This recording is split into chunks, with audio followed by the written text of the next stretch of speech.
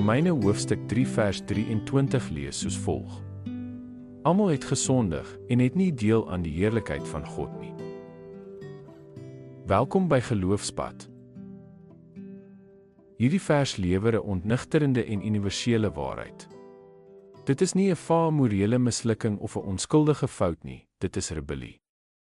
Om te sondig is om God se gesag te trotseer, om sy opdragte te verwerp en om onsself in oppositie te plaas teen sy heiligheid. Vanaf die oomblik dat Adam ongehoorsaam was in die tuin, was die mensdom in aktiewe rebellie teen sy Skepper.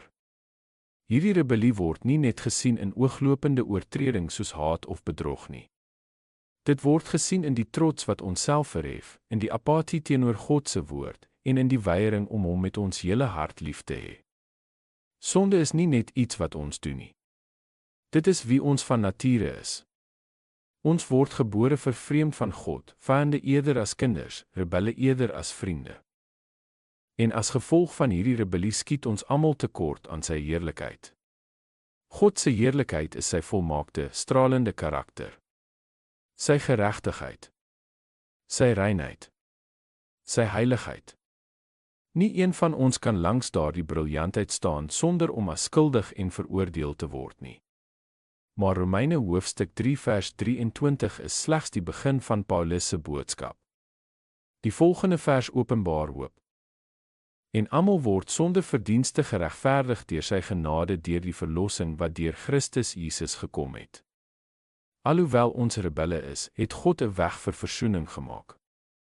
Hy het nie vir ons gewag om na hom toe te klim nie. Hy het na ons toe gekom. Jesus het die straf van ons rebellie gedra. Hy het in die plek van verraaiers gesterf sodat ons seuns en dogters genoem kan word. Ons kan nie ons sonde ongedaan maak nie, maar ons kan ons bekeer. God roep ons om van ons rebellie af te draai en aan Christus oor te gee. Deur sy genade is ons nie meer vyande nie.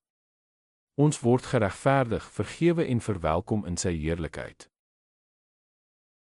Kom ons bid. Here God, ek erken my sonde as rebellie teen U. Ek het my bekeer van U weë en my eie gevolg. Maar ek dank U vir U genade en die gawe van verlossing deur Jesus.